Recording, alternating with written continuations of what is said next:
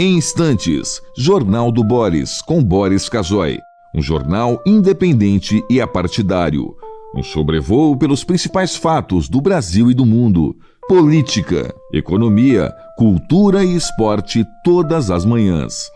O Jornal do Boris começa daqui a pouco, às 8 horas. Enquanto isso, você que assiste pelo YouTube, não deixe de se inscrever no canal. Deixe seu like nos vídeos, seus comentários e lembre-se de ativar o sininho para ser notificado sempre que postarmos um novo vídeo com as análises precisas de Boris Casoy sobre os temas mais importantes do noticiário. Para você que acompanha pelo Facebook, curta a página oficial e deixe seus amigos bem informados, compartilhando sempre nosso conteúdo diário. No Twitter, o perfil oficial de Boris Casoy é o @bcasoyoficial. O Jornal do Boris começa já, às 8 em ponto. Você está convidado também a seguir o perfil oficial no Instagram, buscando por @Jornal do Boris Verdade. Lá você encontra fotos raras, objetos antigos da coleção particular de Boris Casoy e fica por dentro do cotidiano deste jornalista com mais de 60 anos de carreira.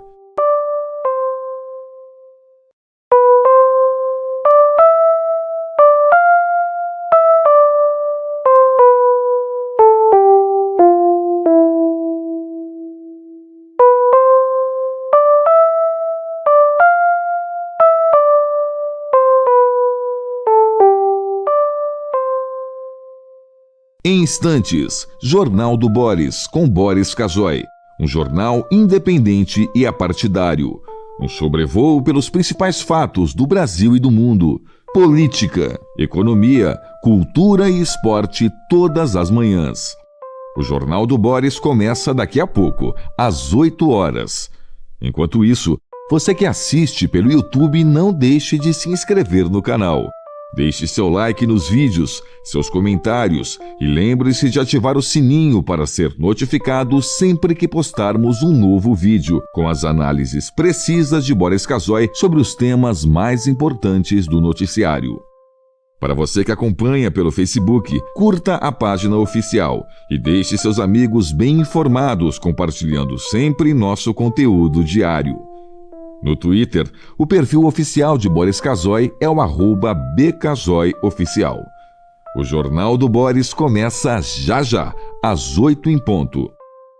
Você está convidado também a seguir o perfil oficial no Instagram, buscando por @Jornal do Boris Verdade.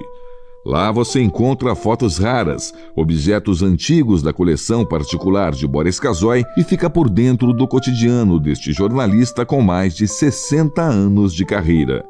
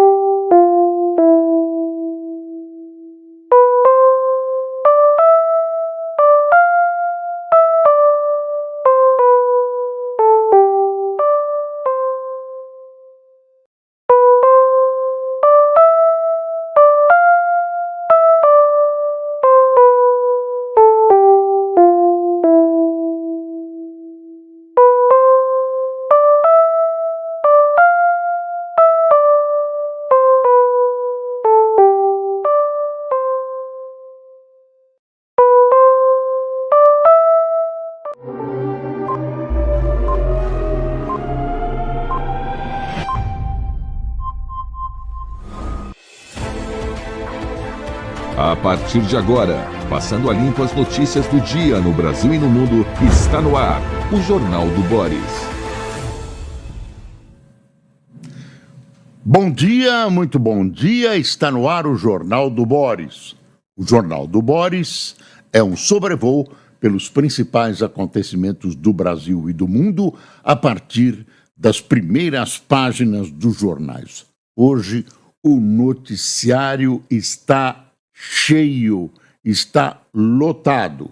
Uma observação ontem, na região da Grande São Paulo, houve chuvas muito fortes, a cidade é muito grande, em umas partes da cidade a chuva não foi tão forte, em outras foi fortíssima, inclusive com granizo.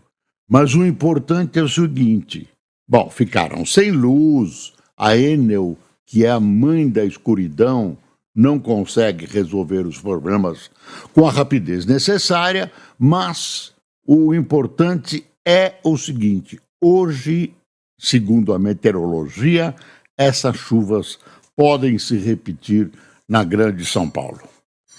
Bom, a grande notícia do dia é essa aqui que eu vou mostrar, que praticamente serviu de manchete para todos os grandes jornais.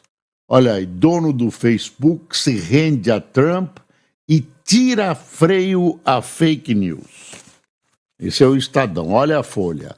Meta elimina checagem de fatos e critica tribunais da América Latina.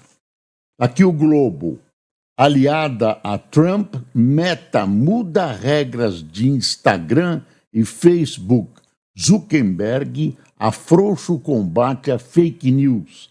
Anuncia parceria com o novo governo dos Estados Unidos e critica decisões de tribunais da América Latina. Esse é um problema do noviciado da internet. A internet ainda não conseguiu fazer com que nós cheguemos a regras fixas para operá-la. Então, ela serve tanto para o bem quanto para o mal.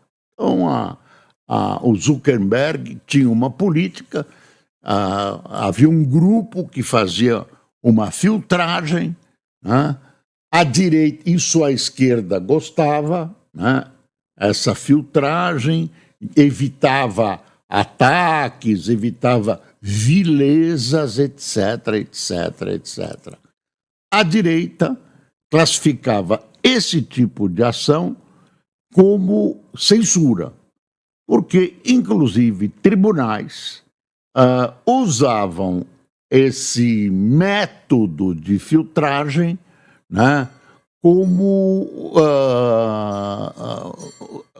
ferramenta para segurar algumas notícias. Por exemplo, Bolsonaro, perto do final da campanha dele, foi proibido de usar a internet, etc., etc., e determinados assuntos que interessavam a direita não entravam. Tem toda uma discussão que faz parte dessa oposição, né, desse choque permanente direita-esquerda que, não, pelo menos no ponto de vista de hoje, não vai acabar nunca. A direita acha que a iniciativa privada, basicamente, deve conduzir o Estado e a esquerda acha que o Estado deve ser o condutor da economia. E aí, de repente, a Meta, o Zuckerberg, ameaçado pelo Trump não mediu palavras para dizer que manteria o Zuckerberg o resto da vida na cadeia. Essa foi uma das ameaças que ele fez. E o Zuckerberg cedeu às posições de Trump, que são as posições de Elon Musk, ou Elon Musk, como você quiser. Então, ele retirou essa filtragem e agora liberou geral. A esquerda diz o seguinte, com esse liberou geral, não é bem liberou geral. A pessoa atingida pode reclamar, né, ter uma fórmula de reclamar, de dizer que é mentira, que está sendo alvo de fake news, e aí a empresa vai decidir se tira ou não. Os opositores a essa providência acham que ela não funciona. demora muito, dá tempo de replicar, etc, etc. Mas tem esse aspecto político do Zuckerberg ter se dobrado às posições do Trump. Era o que o Trump queria. Então, a Meta, o Instagram e o Facebook acabaram com essa filtragem que a direita chamava de censura. Quer saber? Não está resolvido. Não está resolvido. A Europa tem algumas soluções. Enfim, depende muito da cultura da população, da política, da aceitação ou não. Isso vai continuar durante muito tempo. Mas vale essa demonstração de força do Trump. Foi uma demonstração de força. E ele fez uma crítica a tribunais da América Latina que está sendo interpretada aqui no Brasil como uma crítica direta ao STF. Diz que tem tribunais secretos que manipulam essa questão de publica, não publica, deixa a pessoa ter acesso, não deixa, etc, etc. Eu repito, seria uma mensagem ao STF. Aqui, em aceno a Trump, Mark Zuckerberg fala em volta às raízes da livre expressão e em decisões silenciosas do judiciário e diz que pretende trabalhar com o novo presidente contra a censura.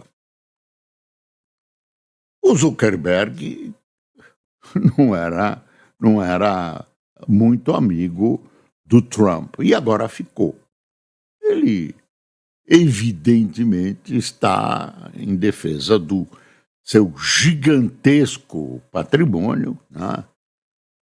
Presidente dos Estados Unidos não é brincadeira, e pronto. Isso vai dar... Se você virar os jornais, a gente vai dar uma virada daqui a pouco, você vai ver que é uma discussão que não termina mais, não acaba mais.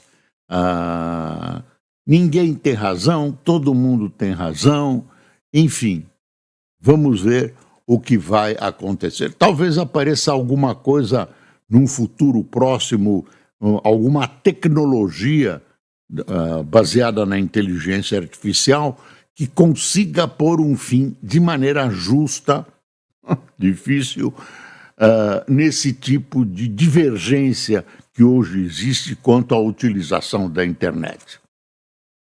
Bom, falando em Trump, ele voltou a dizer, e agora com maior gravidade, que ele quer a Groenlândia, que pertence, que no fundo é uma colônia da Dinamarca.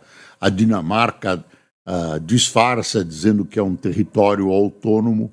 O filho do Trump, por sinal, foi visitar a Groenlândia, tem uma foto de um avião do Trump chegando na Groenlândia com um dos rebentos do Trump. Olha aí, o avião do Trump chegando na Groenlândia. A Groenlândia, durante a guerra, teve uma base americana que continua lá, sob o aspecto estratégico importante, dizem que tem riquezas minerais, petróleo, etc, etc.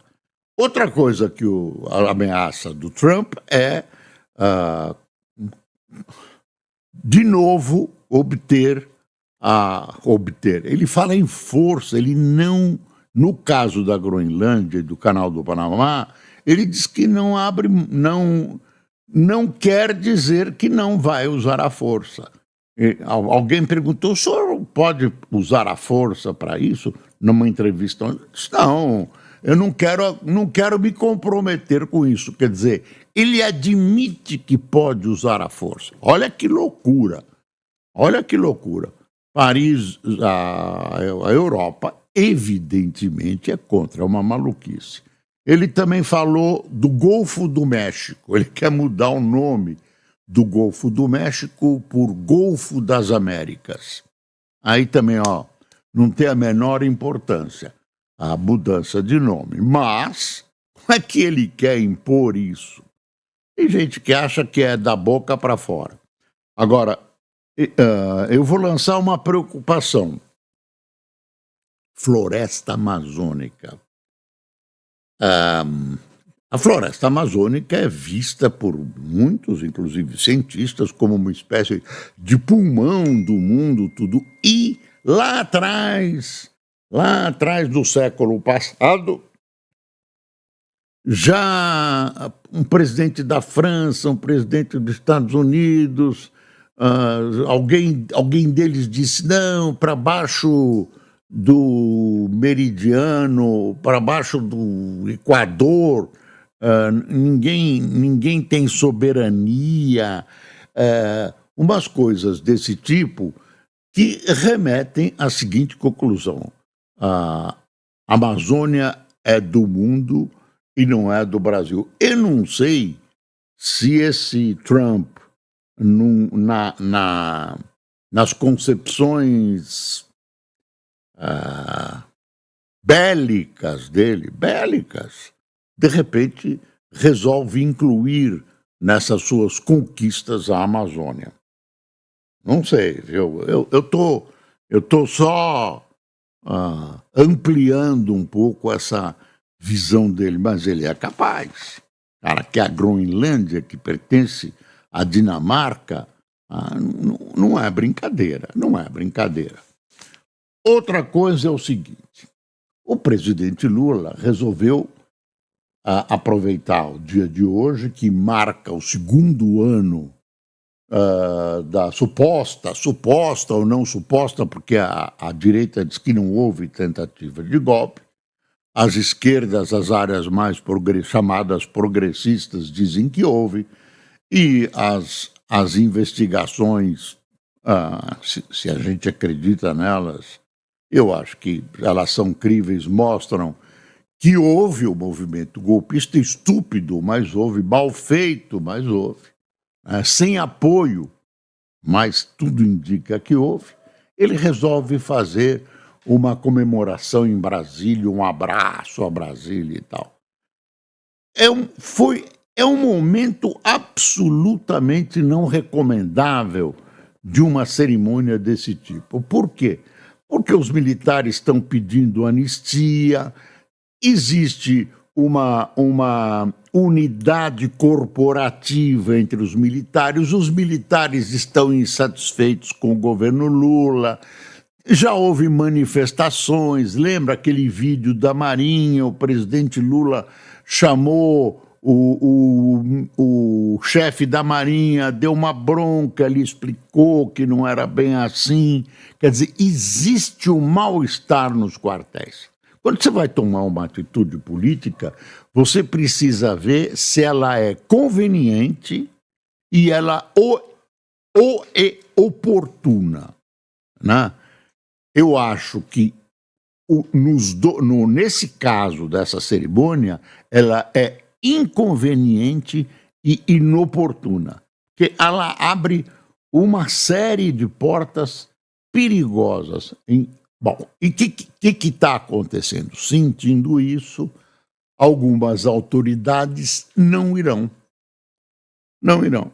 Porque também vem nessa iniciativa do Lula uma tentativa de promoção pessoal. Eu sou o dono da democracia, eu promovo a democracia. Quer dizer, não querem colocar azeitona na empada do Lula, porque ele quer passar para a história como o grande promotor da democracia, que foi quem resolveu. Ele estava, acho que em Araraquara, não me lembro onde ele estava, São Carlos ou Araraquara. Ele estava no interior no dia 8, mas Araraquara, né? Mas ele, claro, tomou decisões, algumas delas importantes e tal, mas ele não é o único defensor da democracia que existe no Brasil. Mas nessa hora, você conhece o Lula, ele quer faturar politicamente, e essa coisa de pôr azeitona na empada dele não é a vocação de todo mundo. Aí você vai vendo, olha, vou entrar em alguns sites aqui. Olha a Folha. Bolsonaristas insistem em anistia e chamam de cortina de fumaça, o ato marcado para hoje, agora de manhã, sobre o 8/1. Rogério Marinho, do PL, diz que sanha persecutória de Lula atrapalha a proposta de anistia, mas acredita em votação. Aí tem, relativo à data, tem algumas lembranças aqui, ó. Pichadora de estátua do 8/1 e lembrada em atentado à bomba, escreve carta com desculpas a Moraes. Lembra? Ela pichou a estátua da Justiça com batom, pegou uma cana que... uma coisa que aparentemente é injusta. Tem um significado pichar a estátua da Justiça, mas não para dar, sei lá, 17 anos de prisão para essa senhora. Veja números sobre ações contra envolvidos no 8 de janeiro, 2 anos após ataque. Edson Fachin, o bem-vindo chamado à paz deve vir acompanhado da memória viva. Aí a BIM identifica 3 atos em defesa dos condenados por ataque golfista. Rui Tavares, o que o mundo poderia aprender com 8 de janeiro do Brasil. Flávia Pellegrino, uma agenda para que o golpismo não esteja aqui.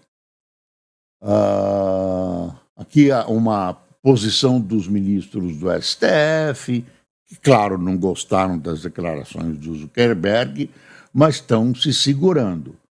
Ministros do STF veem a aproximação da meta com X e minimizam declaração de Zuckerberg, que teria sido dirigida ao STF, etc, etc, etc. E mais um etc. Bom, outra coisa é uma morte ontem, separei aqui, uma morte de um líder da extrema-direita, nazistoide, está aqui a foto dele. Morre aos 96 anos o pai da extrema-direita na França. Político, ficou conhecido por suas declarações antissemitas, xenofóbicas e nacionalistas. Então, era uma extrema-direita, bota extrema-direita nisso. A filha dele, Le Pen, expulsou, imagine, a filha dele expulsou ele do partido. Expulsou o cara do partido. Ele morreu no asilo. Expulsou ele do partido, ela assumiu e deu um recuo nesse extremismo. E as pesquisas indicam que ela é a grande favorita para uma futura eleição de presidente da França, Marine Le Pen, né? Mas ela deu uma recueta em algumas proposituras e algumas posições dele. Jornais dão destaque, o presidente da França, que tem uma posição nesse momento muito desequilibrada, ele deu uma recueta, ele referiu-se ao Le Pen como uma figura da história francesa, podemos discordar dele, mas ele tem lá 70 anos de história e tal, e deu adotou uma posição tipo tucana, assim, em cima do muro. Eu estou voltando à questão do Lula, porque essa história de imaginar que o Lula é o pai da democracia não é bem assim. Lembram os adversários do Lula e é a verdade. O cara, o senhor presidente, até há pouco tempo, achava que a Venezuela era uma democracia. Ele se junta a Cuba, Nicarágua, Coreia do Norte, a Rússia. Quer dizer, ele dá uma aprovada nisso. Agora mandou a embaixadora representar no dia 10 agora o Brasil na posse de Maduro. Então, eu diria que essa democracia no peito do Lula é relativa. porque ele fala em democracia aqui. Por exemplo, ele dizia que a Venezuela era uma democracia. Ele já até achou a China, já fez elogios à China, que é um regime autoritário, bota autoritário nisso. Bom, aí, que mais? Deixa eu ver o que eu separei aqui. Hoje tem muita coisa mesmo. O ministro Haddad deu uma longa entrevista ontem, né? Também responsabilizou muitas coisas boas do governo Lula que não vem a público, responsabilizou a comunicação, exatamente no dia em que o presidente da República trocou o seu comunicador mor. Não, é o segundo, o comunicador mor é ele mesmo, Lula. Então, a publicitário que chefiou a campanha de Lula em 2022 assumirá a SECOM. Sidônio Palmeira substitui o petista Paulo Pimenta na Secretaria de Comunicação Social da Presidência. O Sidônio é um profissional, ainda não se sabe para que lugar vai, o Lula é grato a ele, o Paulo Pimenta, que é um companheiro de Lula de primeira viagem, homem de confiança, vai ter um cargo, ele vai se afastar, tomar férias, alguma coisa assim, e vai voltar, claro, com alguma posição boa, muito provavelmente dentro do Planalto.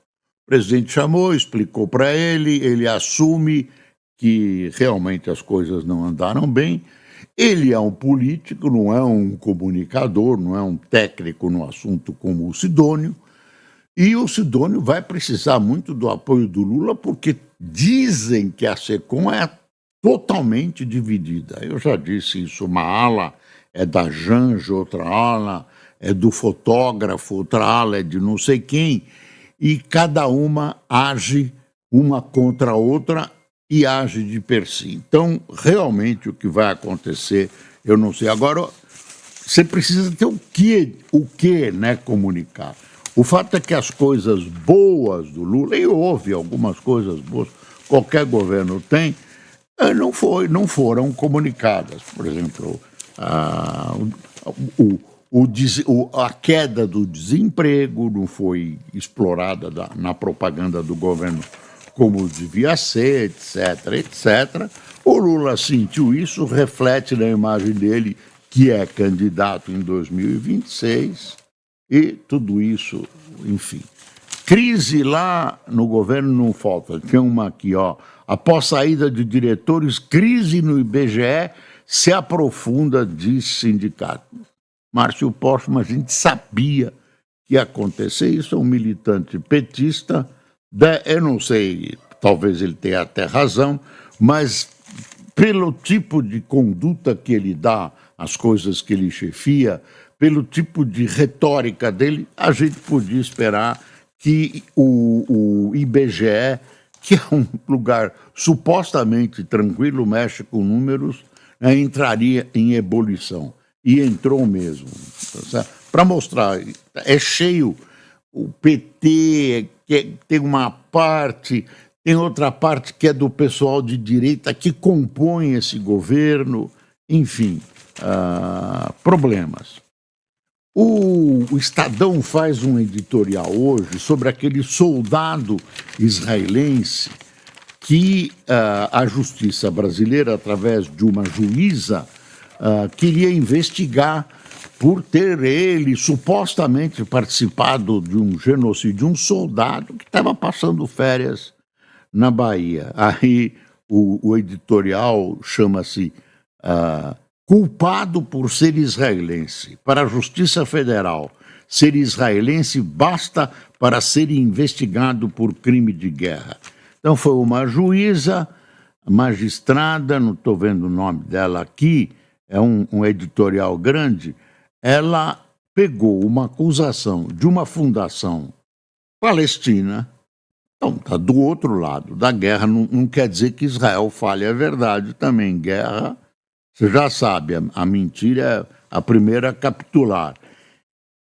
O Ind Rajab, que é uma sigla em inglês, uma obscura ONG sediada na Bélgica, criada para identificar e perseguir mundo afora militares israelenses que supostamente violaram direitos humanos. Cara, o jornal israelense Haaretz, que é de oposição, diz que ele já chegou a Israel. Então, a excelentíssima juíza abre uma investigação com uma denúncia desse tipo, sem nenhuma fundamentação. Deixa eu ver, eu não acho o nome dela, estou achando que o Estadão não publicou, que pena. Deixa eu ver aqui. Aí termina assim, quer ver? Justiça Federal expedida contra um turista estrangeiro foi baseada exclusivamente em uma acusação feita contra ele por uma organização que claramente quer fazer da guerra de Gaza um pretexto para constranger israelenses onde quer que eles estejam. E aí termina assim. Em boa hora, a PF teve a prudência que a juíza não teve e não instaurou inquérito por entender que não há elementos suficientes para abertura formal, blá, blá, blá. E termina assim, olha.